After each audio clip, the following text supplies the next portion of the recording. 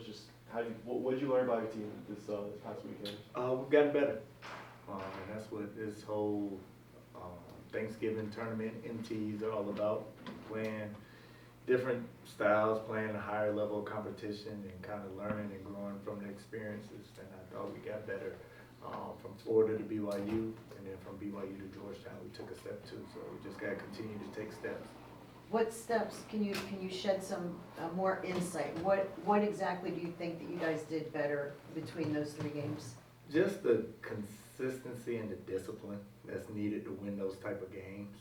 And you can talk about it, you can preach it, you can practice it, but until you get in those moments with a new team, new group, new teammates, you can't really grow and learn from it until you go through it. And we've gone through it, and I think just the experience from Florida, showing the film of how we kind of took ourselves out the game, and then going from there, going to BYU and playing a good half, and then, having to respond when another team makes a run, and you got to bite down and punch back, and then going out against Georgetown and carrying over the exact game plan of what we talked about doing.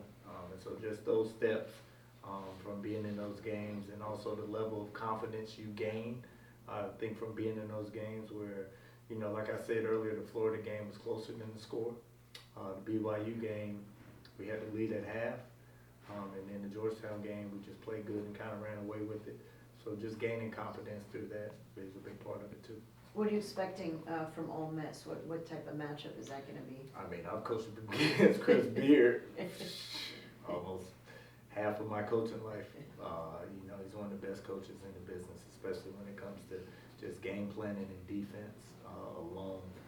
So they're going to be tough. They're going to be physical. They're going to rebound. They're really going to guard. And this is another experience where we've played 2 neutral games that were really road games with Florida and BYU. And so now playing an actual road game, we have a little bit experience going against. It's not the same, but just a little bit. So hopefully these past couple of games that we played help us in this environment. But I'm excited to see our guys in that environment too. But they're really good. They have new players, a bunch of new. I think they have maybe 1 returning, if I'm correct. Mm-hmm. So they're still trying to figure out their team. It's kind of what everybody's doing at this moment. So we'll see how it goes. Jay, you said the other day, you were talking about the bench minutes. Can you expand more on that, getting them in, or just kind of how you envision it, or what your kind of thought process is? Yeah, one thing I saw in the BYU game, just being there, then also watching back on film, I feel like our guys ran out of gas, and it's really those top 6. And they've been playing heavy minutes, and we got to get the other guys in the game a little bit more, and that's what we did in Georgetown. I think that helped us a lot, just keeping people fresher for later in the game, which was a big part. And then those guys also gaining confidence by having success. I thought Noam coming in and knocking down 2 threes was huge. Solly has just grown every game. His impact may not be in the stat sheet, but what his execution of his role and what we ask him to do and him doing his job is huge. And so that part, Timo still adjusting, getting comfortable to a new game. But also part of it as a coach is I have to put those guys out there at times so they can grow on the court as well. Just what are you hoping to get, or what do you need to get from that group, Marcus too, as you mentioned, but just as you kind of envision your bench and what you'll need? We have, in the first initial games, in those big games, those starters have been playing like 35, 37 minutes. Malik, Shelton, Trey, True, those guys are playing heavy minutes. And it's a long year. It's going to be hard to do that for 30-something games. So those guys to come in and help and try not to drop off the level of the game and stick up to the competition. And the way I base everything is off the defensive end. Offensively, I give them freedom with some guardrails, but defensively, if I don't feel like they're competing or rebounding or playing, that's where the minutes will become a little bit less and a little bit limited. So really, it's just, I guess, on the defensive end to keep us up to the competitive standard, and then offensively just execute the game plan. Coach, with Malik hitting those 3 threes against Georgetown, just how important is it for him and just for the overall space in the offense for Malik to, of course, make threes, but just to take them and kind of create that for the... It's all that. It's our whole team. And I feel like that's our next step we have to make. Now, I've said this and I will keep saying it, you know, we're not Alabama. We're not gonna go out there and shoot 30+ threes. We're not built that way. Our team is built on physicality, size, and playing in the paint. But we are a good shooting team. And part of being a good shooting team for us, and why I'm saying this, is we have to get high quality threes. The threes Malik got were off one more passes, off the extra swing, except for the one at halftime. You know, him in the corner, standing still off rotation, that's a good three. We gotta get Shelton to shoot some of them. He's reluctant to shoot them right now, so we gotta encourage him to shoot some. Dante has to shoot more. The more that Nome and Timo play, they're able to space the floor and be able to do that. Marcus has shot the ball pretty good this year. Trey has shot the ball true. So we just have to shoot more, but it's just not shooting them to shoot, because you can shoot them and still the defense may not, you know, come out the paint if you're not shooting the right ones. So as long as we shoot the right ones, I think we're capable of being between I would say an 8 to 10 made three per game, which is pretty good. No, can you talk about Nome a little more? I think I saw in one of the videos that you gave him, I don't know if it was the game ball or some kind of shout out for how he played. What is it that, you know, made you go out and get him, and what does he bring the team, you think? Yeah, we have this kind of thing we do off the Jason mask. It's kind of like our game ball. And, you know, for Nome, he's been hurt. He had this shoulder stuff that was going on earlier in the year. He's still not fully 100%. And so he's been in and out of practice and stuff, but just he shows up every day. He's consistent. And, you know, my message to him and his message for everybody, if you show up every day, do the work with a great attitude, it's going to show up. And to throw him out there and for him to hit 2 threes was huge for us, because it does just add another threat for us.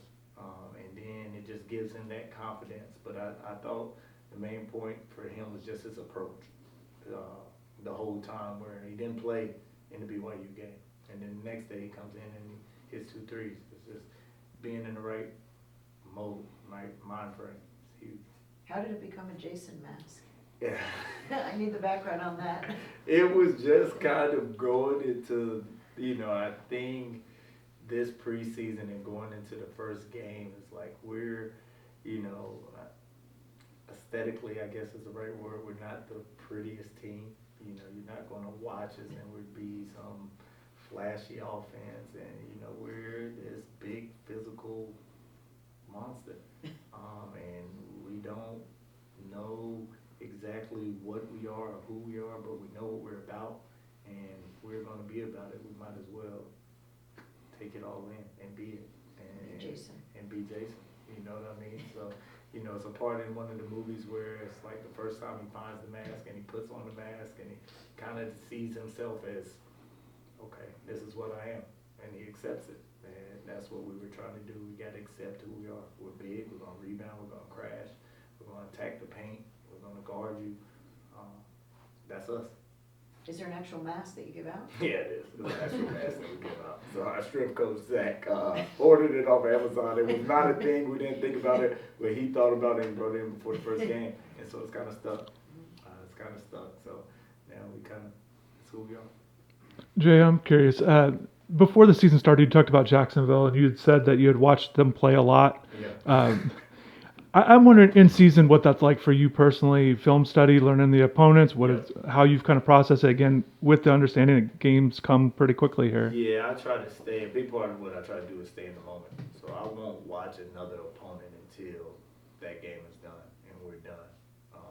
So it ends up being long nights, but I don't want to look ahead. I don't want to forget anything that I'm prepared for in the moment.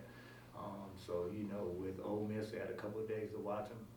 Watched every game they played, and started watching back. And so the first time you watch them is try to get a feel for them, see who they are, what they're about, offensively and defensively. Then the second and third time you start watching is you're trying to, you know, gather your game plan and how you can attack them and how you can stop them. And so you figure that out and you go from there. But the biggest part is you don't want to give the guys too much, so you just try to conceptually give it off of stuff you already have in.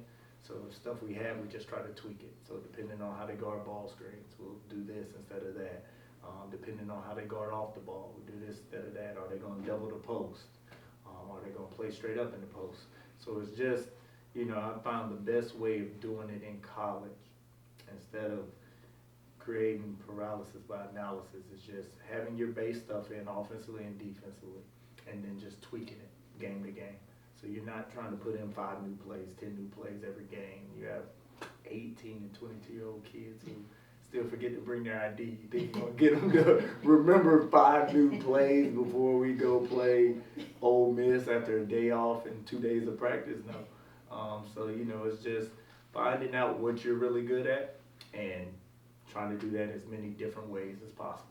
Have you enjoyed, not just as a head coach, but it's just, have you enjoyed that process of being a coach, of trying to find all the things? Yeah, it is, and it is the biggest part of becoming a coach also, is watching other coaches. And so you watch Chris Beard, and you're getting to watch him coach against Ben McCullum from Iowa, and so you're seeing stuff, and you're seeing how Iowa's attacking, and you're seeing how they're trying to take away, so it helps you grow as a coach as well. You know, I'm big on learning, always learning. Like, I don't have all the answers. I understand that, and I've always understood that. I think that's one of my superpowers. Of I'm okay with knowing that there's still more out there, and there's still stuff you can grow from.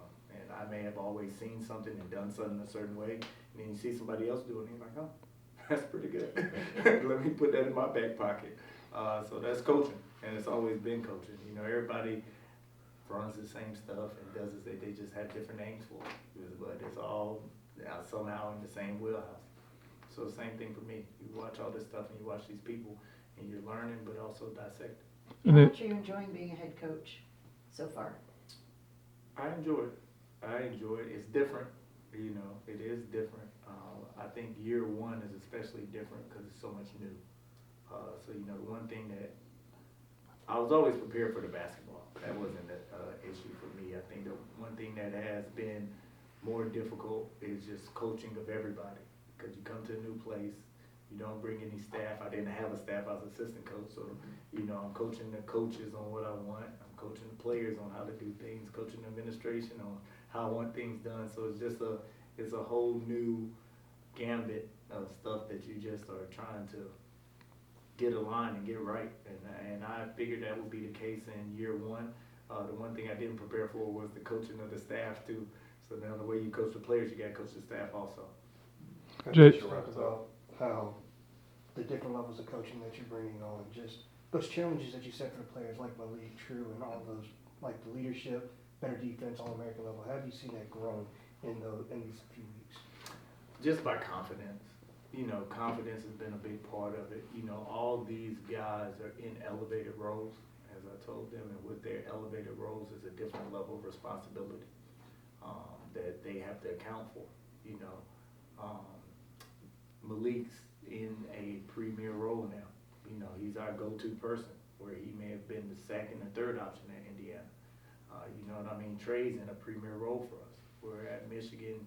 You know, he played with Danny Wolf and played with all these other guys who are a little bit ahead of him. You know, same thing with Drew. You know, he's in a high-level role for us. So adjusting to their roles and also learning and growing from that. You know what I mean? We get in the game and we go over press break. We've done all this stuff and we get in the game and Drew gets trapped. And I'm like, Drew, why aren't you dribbling through the press like we talked about? And he just reverts back to, Coach, I forgot, you know, in New Mexico, we were taught not to dribble in the press. So, you know, you just deal with stuff like that. You're trying to rewire wiring that's been set for years at other places. And I think that's the one thing about the portal in this day and age. It's like, it's the rewiring and then you're trying to wire it your way. So it takes time. It takes time. It's the biggest thing. So just being consistent and being disciplined is what we're preaching this year and what we'll preach forever in the program. Pressure wraps up. Yeah, Jay, another thing, analytics, there's all kinds of stuff with, and I'm using a broad brush with analytics. How do you and your staff just best apply it and maybe how it helps you? If you could just comment on, again, the broad. Yeah, no, analytics is huge in basketball, in scouting and everything. You know what I mean? And, you know, from an analytical standpoint, you know, most of your best analytic teams shoot a lot of threes. So for us, we don't shoot a lot of threes, so how do we close that gap? You know, the way we found we close that gap is one, from the free throw line. We get fouled a lot, and we got to convert them. Second chance points, and being able to kind of close the gap and the decimals that, you know, you get when you shoot more threes We're always, but the biggest thing that we preach on both ends and the biggest analytical thing is the paint.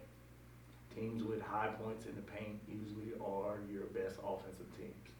Teams will shoot a lot of threes. You get more points for shooting a three than you do in the paint. But if you're getting 35, 40 points in the paint and you're only making 6 to 8 threes, it makes up eventually. You know what I mean? So our thing has always been points in the paint, and we also count drive, you touch the paint, kick out three. That's an extra. It's almost like a 4-point play. And then so defensively, we know that. So that's what you try to take away. So we try to eliminate the paint. So we know your lowest quality three, although these teams shoot a lot of threes, come from when they don't touch the paint. So if the ball's just popped around the perimeter and they shoot a three, that's like 0.86 chance of going in, where if it touches the paint, it's more of like 1.1, 1.2. So just knowing that and eliminating that is part of it too. So it's just all decimals. Mm-hmm. It's math stuff that, I came from an old school basketball background that I was kind of didn't grow up knowing, but it's a part of the game. So I have to adapt and know what it is and where it's headed. So, me and my staff, we got to stay on top of it.